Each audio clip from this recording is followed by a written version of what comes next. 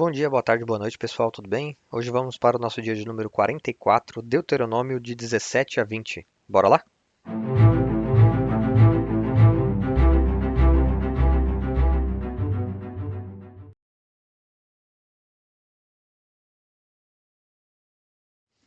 Deuteronômio 17.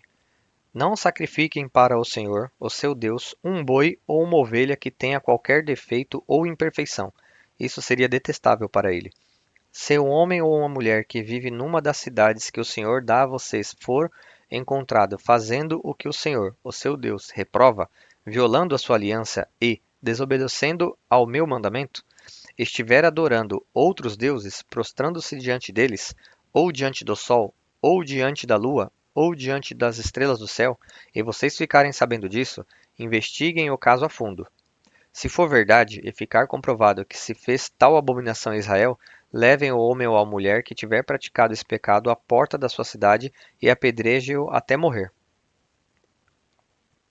Pelo depoimento de 2 ou 3 testemunhas, tal pessoa poderá ser morta, mas ninguém será morto pelo depoimento de uma única testemunha.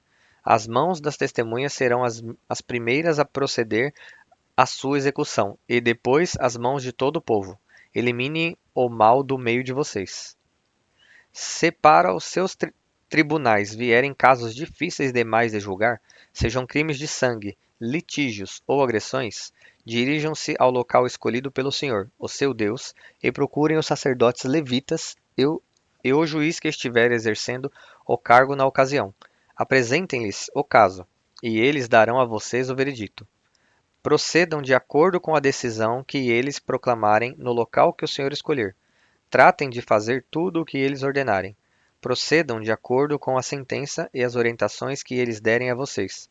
Não se desviem daquilo que eles determinarem para vocês, nem para a direita, nem para a esquerda. Mas quem agir com rebeldia contra o juiz ou contra o sacerdote que ali estiver no serviço do Senhor, terá que ser morto. Eliminem o mal do meio de Israel. Assim, todo o povo temerá e não ousará mais agir com rebeldia. Se, quando entrarem na terra que o Senhor, o seu Deus, dá a vocês, tiverem tomado posse dela e nela tiverem se estabelecido, vocês disserem: Queremos um rei que nos governe, como tem todas as nações vizinhas. Tenham o cuidado de nomear o rei que o Senhor, o seu Deus, escolher. Ele deve vir dentre os seus próprios irmãos israelitas. Não coloquem um estrangeiro como rei, alguém que não seja israelita. Esse rei, porém, não deverá adquirir muitos cavalos, nem fazer o povo voltar ao Egito para conseguir mais cavalos, pois o Senhor disse a vocês: Jamais voltem por este caminho. Ele não deverá tomar para si muitas mulheres. Se o fizer, desviará o seu coração. Também não deverá acumular muita prata e muito ouro. Quando subir ao trono do seu reino, mandará fazer num rolo, para o seu uso pessoal, uma cópia da lei que está aos cuidados dos sacerdotes levitas. Trará sempre essa cópia consigo e terá que lê-la todos os dias da sua vida, para que aprenda a temer o Senhor, o seu Deus, e a cumprir fielmente todas as palavras desta lei, e todos estes decretos. Isso fará que ele não se considere superior aos seus irmãos israelitas e que não se desvie da lei, nem para a direita nem para a esquerda. Assim, prolongará o seu reinado sobre Israel, bem como o dos seus descendentes. Deuteronômio 18. Os sacerdotes levitas e todo o restante da tribo de Levi não terão posse nem herança em Israel. Viverão das ofertas sacrificadas para o Senhor, preparadas no fogo, pois esta é a sua herança. Não terão herança alguma no meio dos seus compatriotas. O Senhor é a sua herança, conforme lhes prometeu. Quando o povo sacrificar um novilho ou uma ovelha, os sacerdotes receberão a porção devida: a espádua, a queixada e o estômago. Vocês terão que dar-lhe as primícias do trigo, do vinho e do azeite, e a primeira lã da tosquia das ovelhas, pois, de todas as tribos, o Senhor, o seu Deus, escolheu os levitas e os seus descendentes para estarem na presença do Senhor e para ministrarem sempre em seu nome. Se um levita que estiver morando em qualquer cidade de Israel desejar ir ao local escolhido pelo Senhor, poderá ministrar em nome do Senhor, o seu Deus, à semelhança de todos os outros levitas que ali servem na presença do Senhor. Ele receberá uma porção de alimento igual à dos outros levitas. Além disso, ficará com o que receber com a venda dos bens da sua família. Quando entrarem na terra que o Senhor, o seu Deus, dá a vocês, não procurem imitar as coisas repugnantes que as nações de lá praticam. Não permitam que se ache alguém no meio de vocês que queime em sacrifício o seu filho ou a sua filha, que pratique adivinhação, ou que se dedique à magia, ou faça presságios, ou pratique feitiçaria, ou faça encantamentos. Que seja médium, consulte os espíritos ou consulte os mortos. O Senhor tem repugnância por quem pratica essas coisas, e é por causa dessas abominações que o Senhor, o seu Deus, vai expulsar aquelas nações da presença de vocês. Permaneçam inculpáveis perante o Senhor, o seu Deus.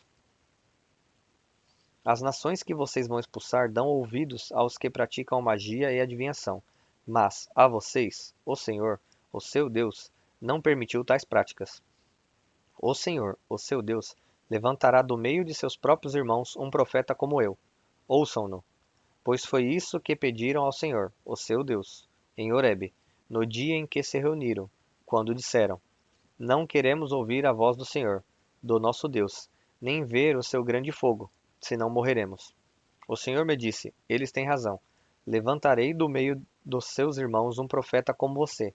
Porei minhas palavras na sua boca, e ele dirá a vocês tudo o que eu lhe ordenar. Se alguém não ouvir as minhas palavras, que o profeta falará em meu nome, eu mesmo lhe pedirei contas. Mas o profeta que ousar falar em meu nome alguma coisa que não lhe ordenei, ou que falar em nome de outros deuses, terá que ser morto. Mas talvez vocês se perguntem: como saberemos se uma mensagem não vem do Senhor? Se o que o profeta proclamar em nome do Senhor não acontecer nem se cumprir, essa mensagem não vem do Senhor. Aquele profeta falou com presunção.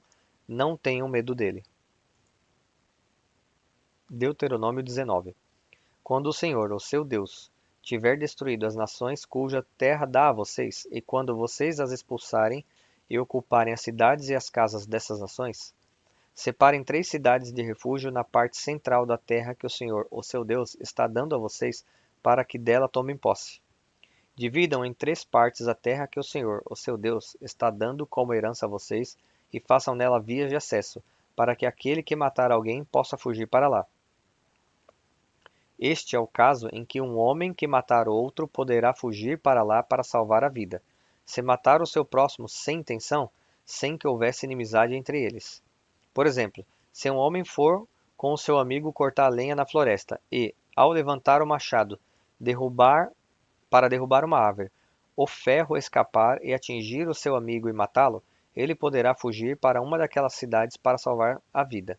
Do contrário, o vingador da vítima poderia persegui-lo enfurecido e alcançá-lo, caso a distância fosse grande demais, e poderia matá-lo. Muito embora este não merecesse morrer, pois não havia inimizade entre ele e o seu próximo. É por isso que ordeno a vocês que separem 3 cidades. Se o Senhor, o seu Deus, aumentar o seu território, como prometeu sob juramento aos seus antepassados, e der a vocês toda a terra que prometeu a eles, separem então mais 3 cidades. Isso acontecerá se vocês obedecerem fielmente a toda esta lei que hoje ordeno a vocês: amar o Senhor, o seu Deus, e sempre andar nos seus caminhos. Façam isso para que não se derrame sangue inocente na sua terra, a qual o Senhor, o seu Deus, dá a vocês por herança, e para que não sejam culpados de derramamento de sangue.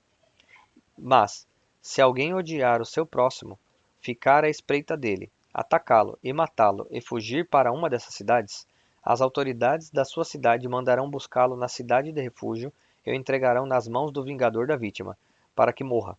Não tenham piedade dele. Eliminem de Israel a culpa pelo derramamento de sangue inocente, para que tudo vá bem com vocês. Não mudem os marcos de divisa da propriedade do seu vizinho, que os seus antecessores colocarem na herança que vocês receberão na terra que o Senhor, o seu Deus, dá a vocês para que dela tomem posse.